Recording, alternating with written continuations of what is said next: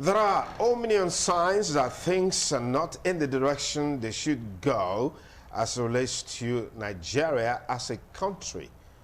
And that's because of some of the incidents that characterized this week. Let's talk about insecurity, which is worsening by the day, particularly with the controversies and the confusion surrounding it. We can't forget in a hurry the attacks on the NDA in Kaduna State and the massacre in Plateau State that has attracted a wild protest in Jos, Plateau State, to the government house as well as the State House of Assembly. And then the icing on the cake on insecurity was the interview on a sister station by two gentlemen. One, the governor of Benue State, who alleged his dissatisfaction with the current efforts by the Buhari administration to checkmate the insecurity in Nigeria. As if that wasn't enough, a retired Navy Commodore, Kunle Olawomi, dropped the bombshell alleging the existence of Boko Haram members in the Buhari's government. But that's not the first time we would hear that. Former President Dr. Goodluck Ebele Jonathan made these revelations some time ago. Former Deputy Governor of the Central Bank, Dr. Obadiah Malafia, also made these revelations some time ago. The response of the government so far has been quite interesting. In today's program, we'll be looking at all of that. Coming back home a little bit, we'll be looking at the fight against COVID-19 pandemic. In Edo State, the declaration or announcement by Governor Godwin Obaseki has literally set the governor on a straight collision course with the people of Edo State, with the announcement that without being vaccinated, you will not be able to go to church, go to bank, or visit public places. That has attracted a lot of reactions from interested persons against the background of some seeming undercurrents surrounding the issue of COVID-19 vaccination. My name is Sonny Duke Okoso. Welcome on board Politics Today this beautiful Saturday morning. Our first segment we have on our panelist, Barrister Olayiwola Afolabi, is a constitutional lawyer and notary public, and is also a public affairs commentator. Thank you for joining us. Thank you, viewers. Thank you. We also have with us in the studio Prophet Dr. Osazeme Aimie Omowa, who is the senior pastor of Wisdom Tabernacle Church of All Nation. Prophet Osazeme, thank you for joining us. The Executive Director of Freedom of Information Council, a media activist, public affairs commentator, Barrister President Ike Bohan, is here with us in the studio. Thank you for joining us. Thank you for having me. In the second half of the program, I'll be talking with Idehe Ebomoyi, a development economist, as well as Idris Zakari, a political analyst, to ventilate their views on this issue. But let's get started with our panelists here in the studio. As they say, charity begins at home. Let me get you started, Barrister President Ike Bohan. The declaration by Governor Godwin Obaseki saying that unless you get vaccinated, you can access markets, you can access banks. There's been a wild reaction. What do you make of the reaction, and why do you think these reactions are coming stronger? There's a wild reaction by the indigenous of the states. I think first and foremost we need to analyze available data and perhaps clean it up. The population rate of Edo State is 4.7. The astronomical vaccine that was sent to the state, the first tranche was 80,080 doses. The second tranche was 76,176 doses. They are both, merging both of them together, if you are taking a single dose, it means that 5%, less than 5% of the population can be vaccinated, that if they make themselves available. Now, if you are going to ask that those two tranches of doses, which of course is what the federal government supposes, that those two sets of doses means that the citizens have taken two sets of the doses, which therefore means that what we have in a dosage so far can only cater for 2.7% of the indigens. Therefore means that 95% or alternatively 97% willingly offering themselves to be vaccinated cannot be vaccinated as a result of lack of medical facility and what? Commodity. And that is welfare. The government should be more interested in the provision. It's after you are provided that you cannot begin to lobby the citizens to comply. There are global practices across the world, even in Africa, on how adaptable means for citizens to even be vaccinated, assuming they are refusing to do it. I'm not going to go into the science or the myths of vaccination. Assuming you want to get them involved. Can the state government not announce that citizens who want C of O can get C of O if they go there with their vaccination certificate? Incentivizing vaccination rather than deploying the police to begin to arrest people at the entrance of churches, at the entrance of mosques, at the entrance of banks as a result of lack of certificate, not forgetting that there will be massive abuse of that privilege. The police are waiting for second week of September to take off. Now the government has a primary responsibility to secure its citizens and now want to expose the citizen for its own deficiency. And like I said earlier, we're not talking about the drug itself. I'm not a scientist. I'm only looking at the human rights base for all these decisions. And it's quite faulty. And I think it's going to review it soonest. Okay. I don't know why you're so sure about that. But let me get Prophet Osazeme involved. What are your perspectives on this stance taken by the government against the background that some have said, well, Khan and other Christian leaders in Edo State are fully, or religious leaders in the state are fully behind this action of the governor? Yes, thank you so much. Sometime on the 16th of this month, the month of August, I understood that a kind of a meeting was held via Zoom, and they probably reached a consensus concerning the said broadcast of Mr. Governor. The figures, the data figure of those who are Christians in those days is about 4.2 million people. And the majority few cannot determine the strength of these religious people in Edo State. Looking at that, I believe that why concentration have not been made. And sending signals to military personnel or security personnel to churches is like declaring war against God. Because the church itself is God. Ephesians chapter 5 says so. That Christ is the head of the church, and you cannot deploy a security personnel to God. So first, I would believe that to deprive people from accessing their healer is to make death to be more prominent in the land. Because in Jeremiah chapter 8, looking at verses 22, he said, is there no balm anymore in Gilead? But there is the head of my people degenerating. God wants us to access him, be the healer. And for anybody to come out and play God and say, no, you cannot access your healer, is to make sure that person have created a trouble he or she may not be able to handle. Now, the problem of Pharaoh started when he refused the people to serve God. In Exodus chapter 5, verses 1, and other verses, if you want it. Now, when Moses was sent to let the people go, Pharaoh said, I won't let them go. But the reason why God needed these people to leave the land of Egypt was for three purposes. Number one, that they may serve him.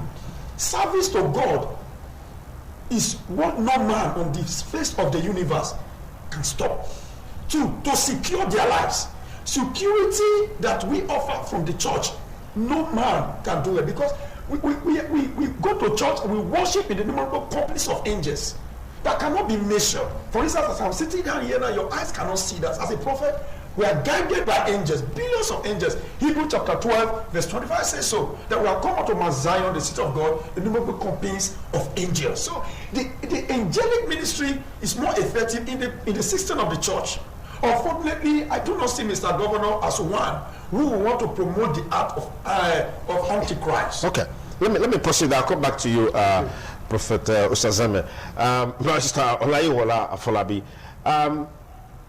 what is the constitutional grounds for this action by the governor? Is it constitutional? Well, first and foremost, sometimes I may not blame the governor for all these things, because there's no executive in place. It's the person. He decides. If there's a commissioner, we have a commissioner for health, a doctor. If you say you're not going, if you say you're not going to blame the governor for this, who is to make those appointments? I'm coming. Is it you or any of the panelists here? I'm coming. If I say no, you can't be all. I'm a lawyer. I have lawyers under me. labor, we have labor law, we have so many issues. So it's not it's not if there's a commissioner in place, executive, the commissioner for health, even if addressing, it's number one. It's not a doctor. Everybody has different immune system. The drug that they apply to you will not work for me. The drug that they apply to prophet will not work for prophet or doctor. Everybody has immune system. And number two, Oshimole made a law. Okada Aban. A law took it to court. Court said no. You know, there's a grown norm. Our constitution of the Federal Republic is the law. There's no law under that law that give the grown power to do that. We have COVID-19 law, but that COVID-19 law is subject to this constitution. And this is the only state in your country that's making that law. I'm surprised. You know, I don't want to say much, but he lacks the power to do that. He didn't consult, like now, there's no executive. Himself and others are not in charge. If there's an executive, they have decided, let's make it, let's center the people. Nobody should go to church. And you're a Christian, you go to church. So people go to church. Some are thieves. When they go to church, when they hear the word of God, they will repent. Now you are creating more serious problem for the state. That's my view. Okay. Vice President Ibrahim, some have described this action as forced vaccination. Does that resonate with you? Come again? This action of the governor as it relates to vaccination, they've described it as forced vaccination, compulsory vaccination. Does that resonate with you? I think the better language is forced Medicare. You can't force people for treatment or for healing or for whatever. It has to be a choice. There's a thought. There's a freedom of thought. Freedom of thought stretches to the point that somebody can decide to die with this illness. It also stretches to a point somebody can decide not to be immune. After all, there are various immunization systems in the country. Even the immunization against when the child is being born, the child can decide not to take it. There's no compulsion. Nobody can come to you and say you must give this child that immunization. Somebody can be dying of lack of blood, and he refuses to accept transfusion of blood, and that is peculiar to persons of Jehovah's Witness. They don't get transfusion of blood. It's their doctrine. So those privileges are their own inalienable rights that the government or anybody must respect. But you know, the more disturbing thing is that this forced Medicare, the way they are taking it to, is going to restrict movement. It's also going to restrict right to life, because life is not just living. There are many components to it. And if the government doesn't allow you to access these privileges, your rights have been breached. Come to think of it, what is really the Medicare that they are providing? For you to do, whether you do a COVID-19 test, you pay for it to travel. For the vaccination that they are talking about is not available. So you are forcing people to begin to access practically unavailable commodity. Therefore, it means that you are forcing people to disobey, because there is no obedience platform. Because assuming we want to even go and do vaccination now, the old vaccines are located to Sakuma Road, can be taken over by the members of Prophet's Church members. And what of other churches? So availability or obedience to the directive is even in itself a disorder from the Would you say this is an act of commodity? Would you say this is an act of compromise? I think it's more of an act of poor research policy. You know, policies have to be researched. You don't just jump into anything. Even the countries, Israel, forced vaccination cards and all that, they have done their homework. You must target the population. You want to target the market people to get these vaccines. It's very easy. You say, okay, if you have your card, you can get credit in microfinance banks. Okay. Accredited microfinance bank. Okay. Oh, you want to target the farmers. Oh, farmers in rural area, if you take vaccines, you can actually get 2 bags of fertilizers. So the moment government is not thinking, they are always using the whip on the citizens. They force the citizens themselves to rebel. There's no how this policy can work. You get the point. Even a wise thinking person knows that it can never work. And that, like the prophet earlier analyzed, if you read Ecclesiastes 9, 14 and 15, where there's a small city with very few persons, where a king besieged it. And it took a wise poor man to rescue it. And that's what we are doing here. Okay. Prophet, let's get to your perspective. There's been this feeling that the church has had the greatest resistance to vaccination, as it were. Why do you think this resistance is there against vaccination? We are spiritual people. We belong to a government. Our government is not of this world. Though we are in this world, we are not of this world. So what our government gives to us is what we follow. Now, when you look at Revelation chapter 15, in verses 13 from 15 to 17, you will discover that it was stated very clearly in that scripture that this man has power. He has power to life. He has power to everything in government. And then a policy was being published. So all of these prophecies that we already have in our archives, we exploit. That the statement of Mr. Governor is dancing to the tune of those revelations. That one, you may not be able to buy, you may not be able to sell, you may not be able to access your cash, you may not be able to access freedom of societal, freedom or what have you. Now, looking at this backdrop, this template that he's putting on ground, is already playing a script. And this script, we as a community, a church, not only in Edo State, Nigeria, not only Nigeria, Africa, not only Africa, America, Asia, Europe at large, we duly resist whatsoever form of tricks that the enemy want to bring to us to sell an idea. Are you saying the government is an enemy? I know. Okay. He will never be one because we prayed for him. Okay. He listens. I love him so much. I remember I fasted for 33 days for Mr. Governor.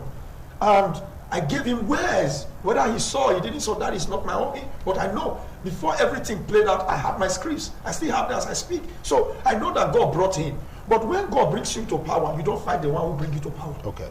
And looking at other things, why the church, people think that the church is resisting whatsoever medication vaccination that is coming, is because we have faith. Jesus has declared himself our healer. Come unto me, all ye that labor and heavy laden, I will give you rest. What I expect our father, which is Mr. Governor, to do is that he should look for a better way to talk to people and not enforcing whatsoever medication or vaccination that he has to give out. Okay. All right. Thank you. Mr. Falabi, I want you to lap up on that. Yes. Yes. Well, like me, I live in Yoruba Street. During the election, I was there. If somebody want to give us money, we resisted that money. We said, no, we must put for Boseki. But to me, some action is taking. No, we should tell the truth. What he's doing now is not good. And anybody who doesn't tell the truth, that person is a liar. I was shocked when some Christian soldier say, oh, I think we tested everybody was in the immune system. I was not the governor to meet people like I used to do before. Call people, elders, town hall meeting with doctors. Oh, let's do this now, be tested and do something. We didn't do it, just come out. What he's doing now, I want to be like Antichrist. And then I like him. I read him in letter. He replied me. But what he's doing now, anybody that supports him is telling me lie. I will tell you the truth. It may be something will listen to us. I don't have anybody in government, but I should tell the truth. You should have consulted. Where are the messing? Now you're saying he should not go to church. I'm sure he has a pastor. They should tell him that what he's doing is wrong. And I'm surprised. You see, Kure saying, oh, no. I said, you go sit down and say, oh, support the governor. Have you consulted all the churches? It's wrong. That's one point of it. All right. Thank you very much, gentlemen. If you just join us, it's still Politics Today on independent television and radio this beautiful Saturday morning, the 28th day of August 2021. Our first discussion on the show today, looking at the announcement by Governor Godwin Obaseki that beginning from the second week of September, you're not vaccinated, you can't go to church, you can't go to banks, you can't go to market, you can't go to an event. Even if you are the owner of the event, you probably can attend the event if you don't have a vaccination certificate. Well, the reactions are building up, and we're looking forward to how government will respond to all of this reaction. Because we are limited by time, we'll just pause that for now. Let me come to you, Barrister Prester Aigboham. the insecurity situation in Nigeria is worsening. I mean, this week has been very tempestuous with a whole lot that's happened. But what seems to be of greatest concern is the revelations that are coming up, particularly with the Navy Commodore Kunle Olawomi's interview and Governor Otom's interview. What do you make of government's response to those interviews so far? Yeah, I think I'm also very concerned, not necessarily with the analysis or the figures or perhaps the modus operandi of the security architecture, okay, but of the protection of the media. When the media runs an interview with anyone and the comments that I made, the media is being given a sledgehammer. Those who did that interview were summoned to Abuja by NBC, and that's strange. We have always said that the composition of the Nigeria Broadcasting Commission, the board composition itself is faulty, because they have representative from Director of State Security Service as a member of a board of NBC. You have representative from Minister of Information, and the Minister of Information is the one that composes that committee. It therefore means that even stakeholders in the media industry are not really in the composition of the board. The NBC itself cannot even issue licenses now. It is the minister itself. They only interview you. The minister itself is the one that will endorse it. The minister itself is the one that will collect the fees and now give the remittance. So therefore means that from all onset, the NBC action should be evaluated from their foundation. They are foundationless. The composition is political. The funding is political. So those who give you the money, of course, will direct your part. So the NBC itself, the media should focus on, the stakeholders should begin to address the makeup for the Nigeria Broadcasting Commission before it collapses to other stations, even in Benin. Don't be surprised after this interview will be invited. so I'm watching you now. I'm watching you carefully to see what you're saying and how you're saying it. Okay, Prophet, let's get a take on the worsening insecurity situation, particularly some of the startling revelations. Well, some of them we're really used to them, or they've been there in the public space. Yeah. Yes, it's a pity that we are in the era whereby government do not appreciate what the people are doing. When such a caliber of persons were interviewed and some revelations were revealed, I expected that the government should take decisive actions to block those loopholes. Those loopholes, not to witch hunt anybody, but to put the properties and lives into what? Into existence, into security. But yet, we begin to see the other way around. We discover that each time in Nigeria, when anybody speaks the truth, they go after the person. We are worried, really worried that no matter how much you cover the truth, when it finds a little space, it will reveal itself.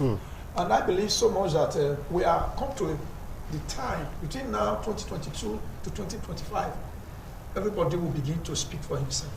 And my concern is that every one of us should begin to be spiritually sensitive, physically sensitive, to take security issues to hand. Because if we now know that they don't want people to talk out, then you have to take care of yourself. Looking at everything we have seen within the past 1 week, I believe there is no hope for the common man. If there is no hope for those on top, then the common man is hopeless. Okay. Barrister Afolabi. Yeah, the insecurity situation. Well, everybody knows what's going on now. Yeah. And look what happened just yesterday. So many people were killed. Even it got to the point that even if you read to this Vanguard, the House of Assembly, Plateau, has to ask the indigenes to defend themselves. And it's very unfair. You know, before this government came to power, one of the issues raised, with the security, that they are blaming good luck for not protecting lives and property. But now, what is going on? We don't want to talk much. I don't want to say, when we come and leave the place, they will say TV. No. So let's not talk. We know everybody knows what's going on. And nobody is happy. Nobody is happy. So that's what to say. I don't want to say much. Okay. You don't want to say much. Thank you for not saying much. Mr. President Agbokra, let's just engage for a moment. This narrative that's been running from Dr. Goodluck Ebele Jonathan through Dr. Obadiah Melafia and now to Navy Commodore Olakunle retired. Existence of Boko Haram allegation. They allege that the existence of Boko Haram in government, in National Assembly, sponsors and what have you. What do you make of this issue? What do you make of efforts being made to fish out these sponsors and then nip them in the bud, as it were? Because Commodore Lakule said explicitly, dealing with this problem is not to deploy kinetic measure, but to deploy a force that can tackle the center of gravity. That is the sponsors. What do you make of that statement? I think the sponsors of insecurity anywhere in the world is not very difficult to identify. But the challenge that security agencies will have is that these sponsors of insecurity are also sponsors of political goodwill. So at a time it becomes difficult to sever and separate where to hold them onto. The big wigs that are in the political system, of course, have hands in all this insecurity and all the rest. The Bureau d'Exchange people that are involved have all been arrested because they are pure businessmen.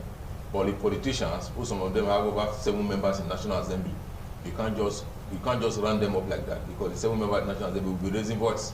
So it is not as easy as we look at it. Are you getting it now? So the issue of insecurity, intelligence gathering is available, the sponsors have been identified, but worsening for them is that the sponsors identifiably are majorly from the ruling party. So you cannot now begin to embarrass themselves or disgrace themselves. And some of them are even ex-governors, and some of them are members of national assemblies. So it is not as easy. It's very, you have to be diplomatic about it in order to be able to get it out. Don't also forget that sponsorship of insecurity is not direct funding. Nobody just transfer money to one Boko Haram, to one Sheka or something. It goes to maybe to below the exchange person. Below the exchange person gives it to somebody who supplies yam.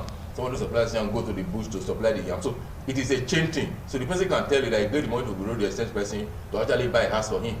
And actually he has a house already. He didn't know that it was used for insecurity. So it is not a one solution to all problem case. So we have to also be patient with the government, continue to speak about it, continue to analyze what the issues are, patient with the government to be able to address particularly the sponsors of this. Okay, Prophet, do you subscribe to this narrative of lack of political will in dealing with this issue? Yes, actually I do.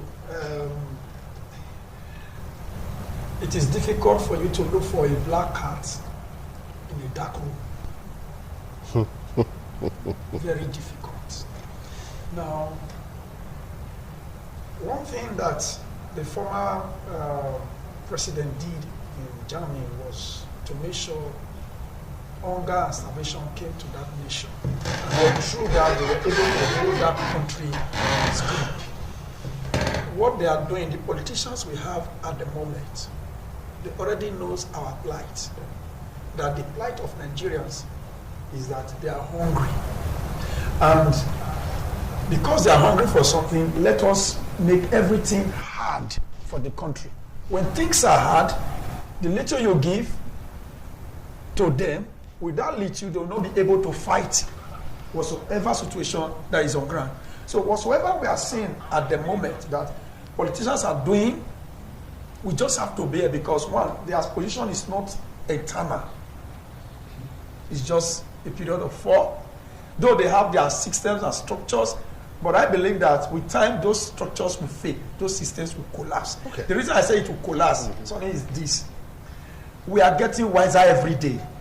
And by the time I know that so person is there, the other one is there, a time is coming, like I said before I left this house this morning, I said, look, a time is coming when you are voting for a particular party, we will not vote for you.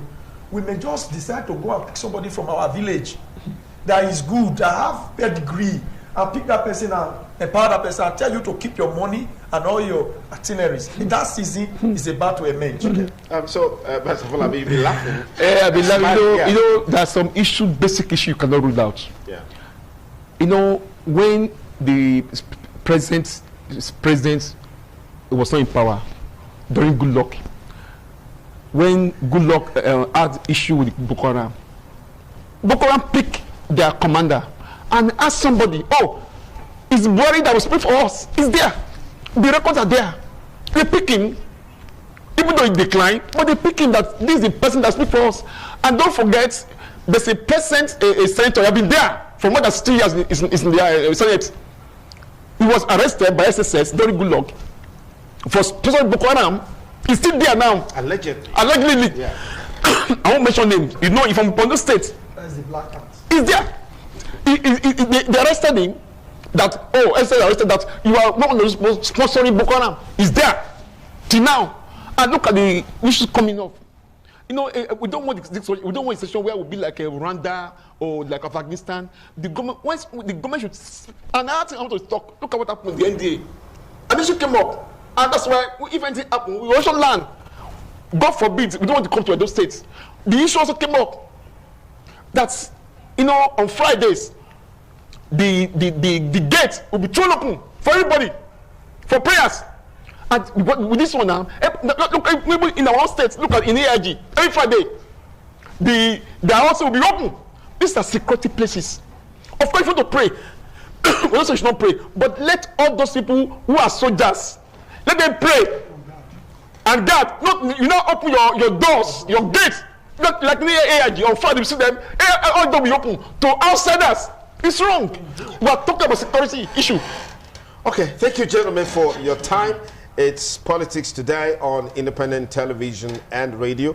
We'll continue with our conversations with our next set of guests in a moment. Let me thank Barrister Prest Agboha, Prophet Ostazeme, thank you, and Barrister Olayiwola Falabi, thank you so much. Thank you. We'll take a short break. We'll be right back with our next set of panelists as we continue on our conversations on issues that we started out with on the program. Don't go away.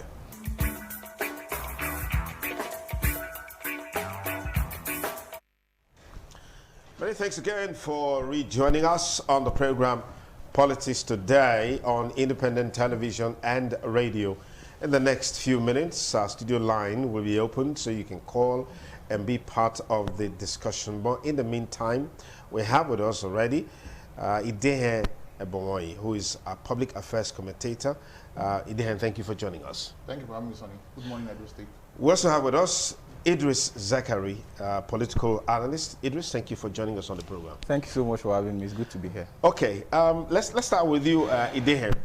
The decision by the government, apparently from our first segment, you can hazard guess the public perception of the action of the governor. Where do you think the problem is coming from? Sonny, thank you once again for having me. I don't think the public has a wrong perception. I think some few persons do not really understand the message, and they don't understand the dynamics and the demographics of what the government is trying to pass across. I've listened to the first three analysts, and they made some statements that does not really go down well with me. It's my opinion. Yes, the first President Agboha spoke about the demographics, 4.7 million people in Edo State based on the information that he has. Yes, true. But he also failed to realize that infants form part of these demographics, and infants are not part of those that will take a vaccine. Okay. Because there are certain people that are susceptible to having COVID, and those people might have resistance and all of that. Infants are not in this category, and infants form part of this conversation. Then the other panelists also talked about not having a commissioner. A commissioner is just one single individual. Mm-hmm. You have the permanent secretary, you have other health that will drive this process. I think if we have to speak to the issues and to the conversation, the government did not compel anybody to take or force any or make any categorical statement and said, if you do not take this vaccine, you will not do this, you will not have. He said you can't access church, you can't access banks, you can't access market, you cannot even attend an event in an event center. He said so. I gave him thumbs up for taking that decision. Okay. Let me tell you why. If you look at what is happening today, if you look at from history, in 1918, when we had the first Spanish flu, how did we combat that pandemic? It was through ramping up vaccination, and that is the way to go. Don't also forget that Nigeria is not producing these vaccines. We have limited supply, and you find out that even with the few that we have, people are not coming up to be vaccinated. People talk about rights. Yes, people have their rights. What he has said is very simple. Let's break it down the way it is. I think the challenge people have is understanding simple English. When you have, when your right stops, is where another person's right also begins. If, for example, today I'm already being vaccinated, I have my card, I've taken both shots. It doesn't stop me from also being infected. The government is even trying to prevent those who are saying they don't even want to take this vaccine. Let me tell you how. If we have 4 persons today that are already vaccinated, that are taking the injections. It doesn't stop me from also being infected. But what it does is it would not kill me. Because my So what is the guarantee that it will not kill you? If you say you've taken the vaccine, and it's not a guarantee that you will not take the that you can't be infected again. COVID vaccine is not a license to prevent death. People might have other illness. People might have malaria. It doesn't stop you from having malaria and all that. You might have HIV and that. But there are no vaccines for malaria, for example. Yes, but you have no treatment, vaccine. You have treatment for it. Treatment is not the same thing as a vaccine. A vaccine. Hold on. A vaccine is supposed to prepare your body to resist the cause of that disease. Sonny, for a pandemic, there's what they call the herd community. You need to be able to kind of like vaccinate 60% of the herd community of herd population for you to be able to unturn that corner. And for you to do that, the best way for you to do that is vaccination. What the governor has just said is preventing one. If I'm vaccinated, if 3 of us today are vaccinated, and somebody is not vaccinated, I can also still have this COVID virus after your vaccination. After my vaccination. He's also trying to prevent those who are not vaccinated from being infected by me. Okay, let me get Idris in. Idris, give us your perspectives on this whole debate about vaccination and why you think there seems to be resistance towards it. Well, my opinion on vaccination, I have no problem with those who want to be vaccinated. I also have no problem with those who chose not to be vaccinated.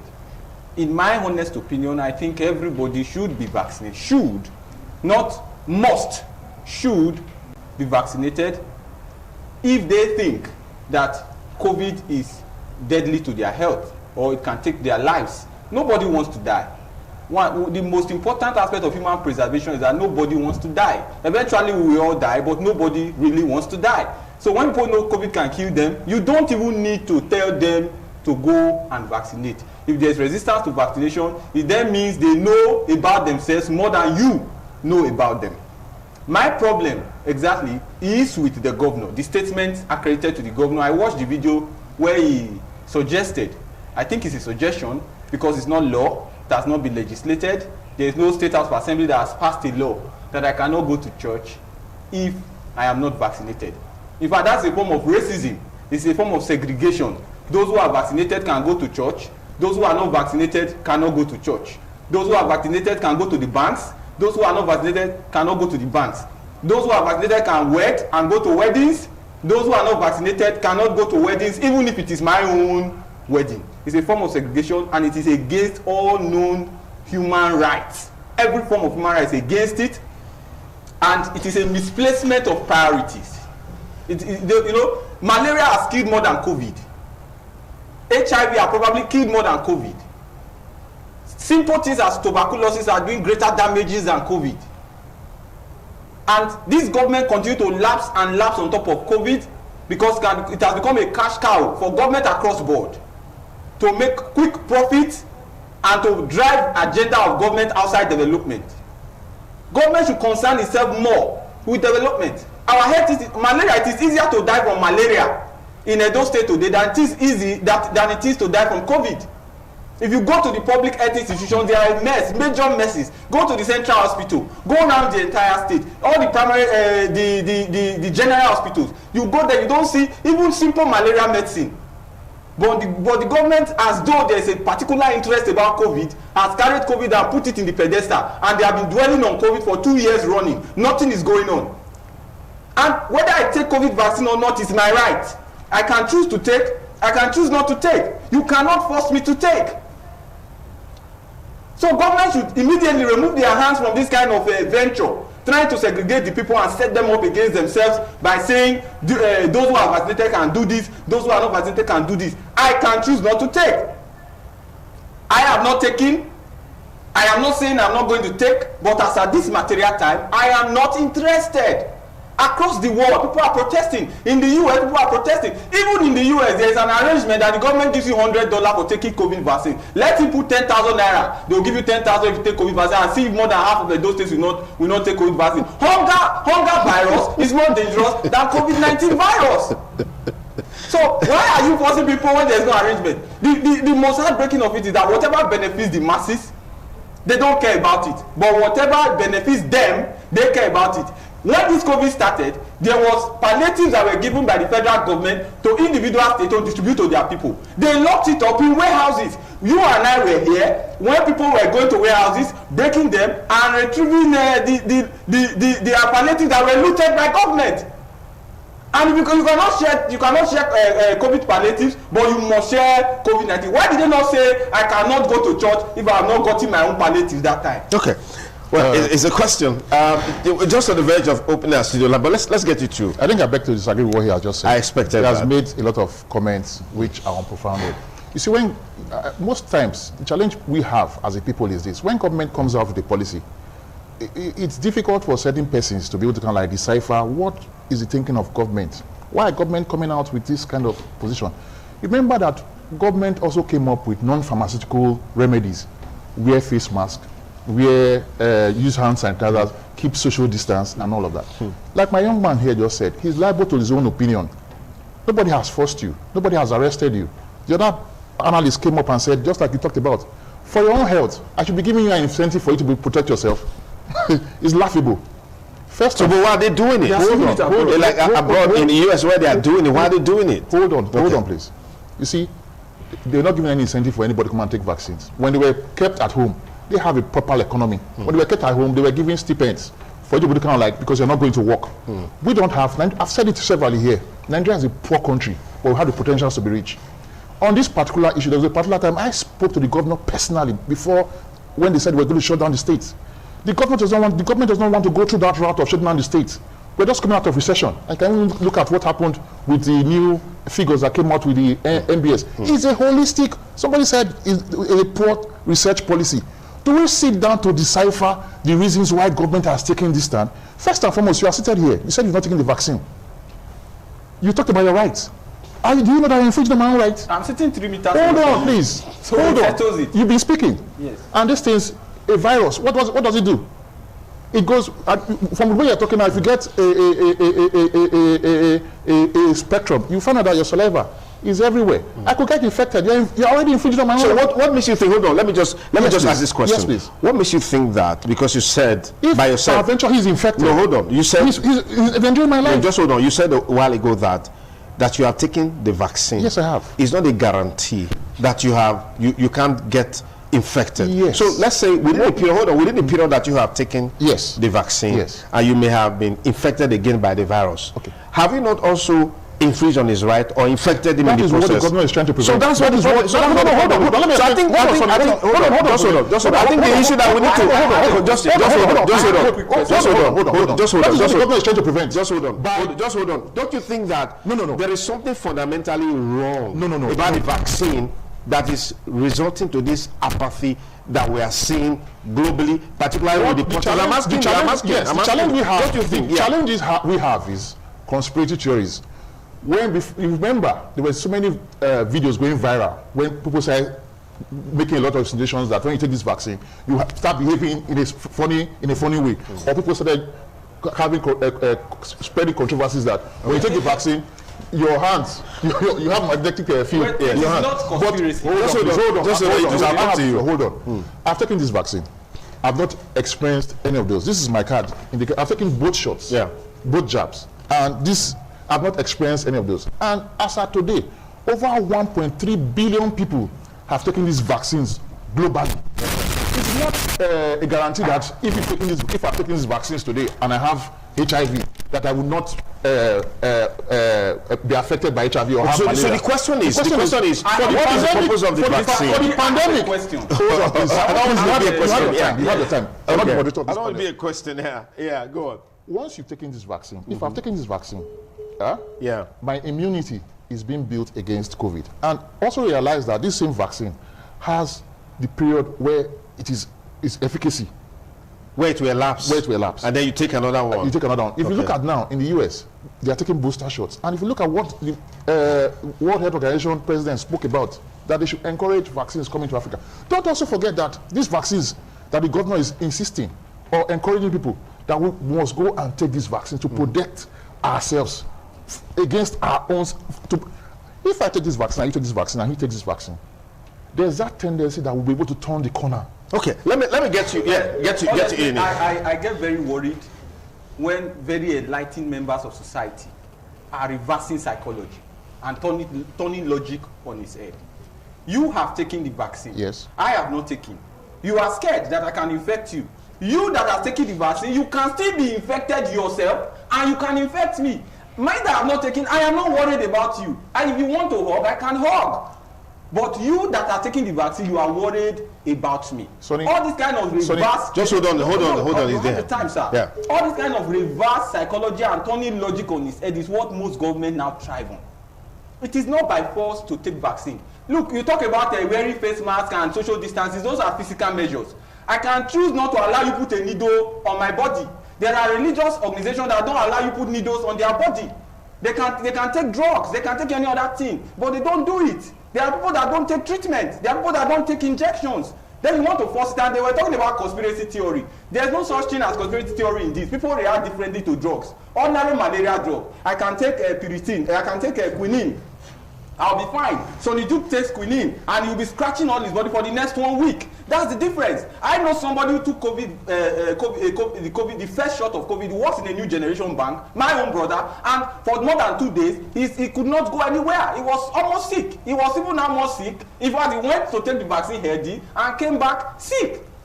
That is not to say that the vaccine is not proficient, but every drug has its side effects, and people have chosen not to dwell on it. So I am not going to dwell. The government should focus on more serious issues. They should mobilize, instead of mobilizing policemen to come and stand in the gate of my church to find out if I have a green card or not before I can worship, before I can go to mass. They should mobilize the state policemen to end kidnapping in Auchi Road. There are better priorities than some of these shenanigans that government is dwelling on. Okay, thank you. It's still politics today. I have a limited time, as I said before. Our studio line is open, 052-290-573, that number right now. And let's get to take care. Sonny Igadosa is joining us on the program. Hello, Sonny. Good morning. Thank you. Thank you very much, sir. Yeah, go ahead. Permit me to disrespect you so that they will not think that you cook up this program. No, please go ahead. Go ahead, Sonny Igadosa. Go ahead. Okay. Thank you very much, sir. I want to say that what the government should do is to take everybody along. You see, they are not campaigning now, and it doesn't have on that more than what they have right now. You must remember, the senior man, the senior son of politics in the Edo State is Chief Lucky Ibinedion, and he's still moving free on the seat. And you find out that he will also finish his tenure and still go like every other one that has passed. But what will be remembered youth for? For example, like Idris said, I wish he declared that no entire resident go to bed without food.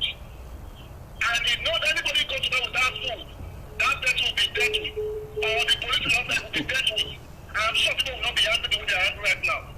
For example, if you look at the King Square, the airport road, everywhere is dark. You can't even feel even those that are driving. There is a law that I need to deal with. Yes, it is good that he's concerned himself with us. ITV last week now, just raised over $500,000 for a woman was needing help. That was supposed to be government responsibility. But through the help of ITV, that woman has been discharged from UBTH. I think there is a law that he can do. I will encourage him. There is more for him to do. It's sure or not to take care of the citizen. Do good to all manner of person. In the sense of tribe and tribalism and religion, you should focus on that so that at the end of the day, none of our past are no commissioner. None of our past now. We don't know where we are going to, where we are coming from. It is time for him to say the reason why he was elected. Thank you. Good morning. All right, thank you, Sonny Igadosa. Our studio number is open. Hello, caller. Good morning. What's your name? Please turn down the audio level on your TV or radio set. Hello? Yes, good morning. What's your name? Hello. Good morning. Yeah, good morning, sir. Tell us your name and where you're calling from. Okay, this is Pastor Oscar calling from the Kenwa Road. Go ahead, Pastor Oster. Well, fine. I have taken my time to listen to your discussion. Well, I want to appreciate the man on your left-hand side for his real understanding about human religion and psychology. But the man at the middle is just trying to tell us how they play politics with everything all over the world. Vaccination is not the result, or it's not the end to one living. Okay. Okay. I want to tell him that there are so many people today that does not even take the drugs and yet they are living. Okay. If you can take the drugs and yet you are still afraid of being infected, then what is the essence of taking that vaccination? Okay, thank you for your views. Pastor Leonardo Sawage, thank you for joining us on the program. Go ahead. Thank you for Yeah, just hold on. Hold the line, sir. Hold the line. Yeah, go ahead, Pastor Leonardo. Yeah. Go ahead. Go ahead. Go ahead.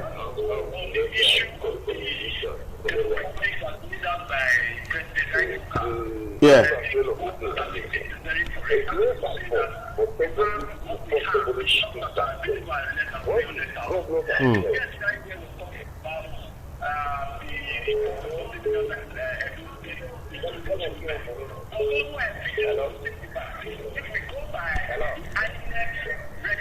Yeah. Okay.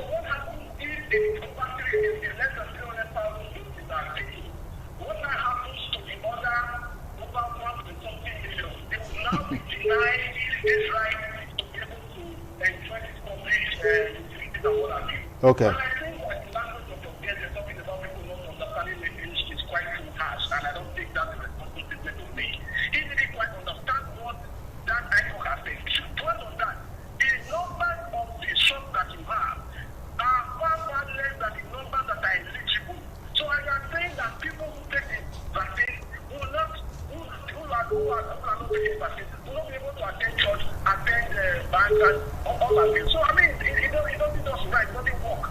Okay, thank you very much. I just want to take more calls.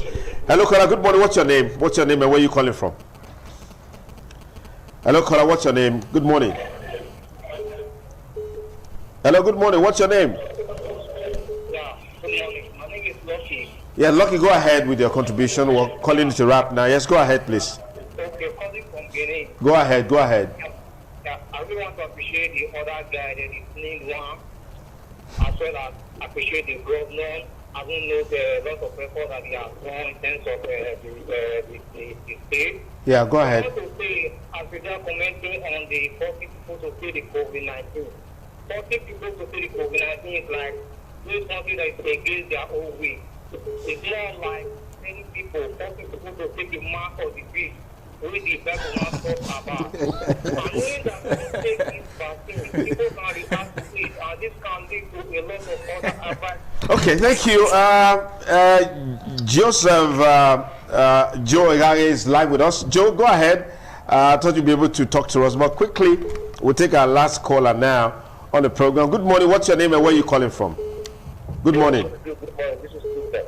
Yes, go ahead, please. Well, I have a question for the man at the middle. Go ahead. Now, my brother, my friend, you are a Nigerian. I want to find out from you, my brother.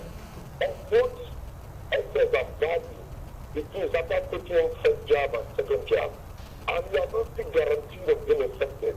You still go around with the nose mask and all those hand sanitizers and all. Of what effect, please?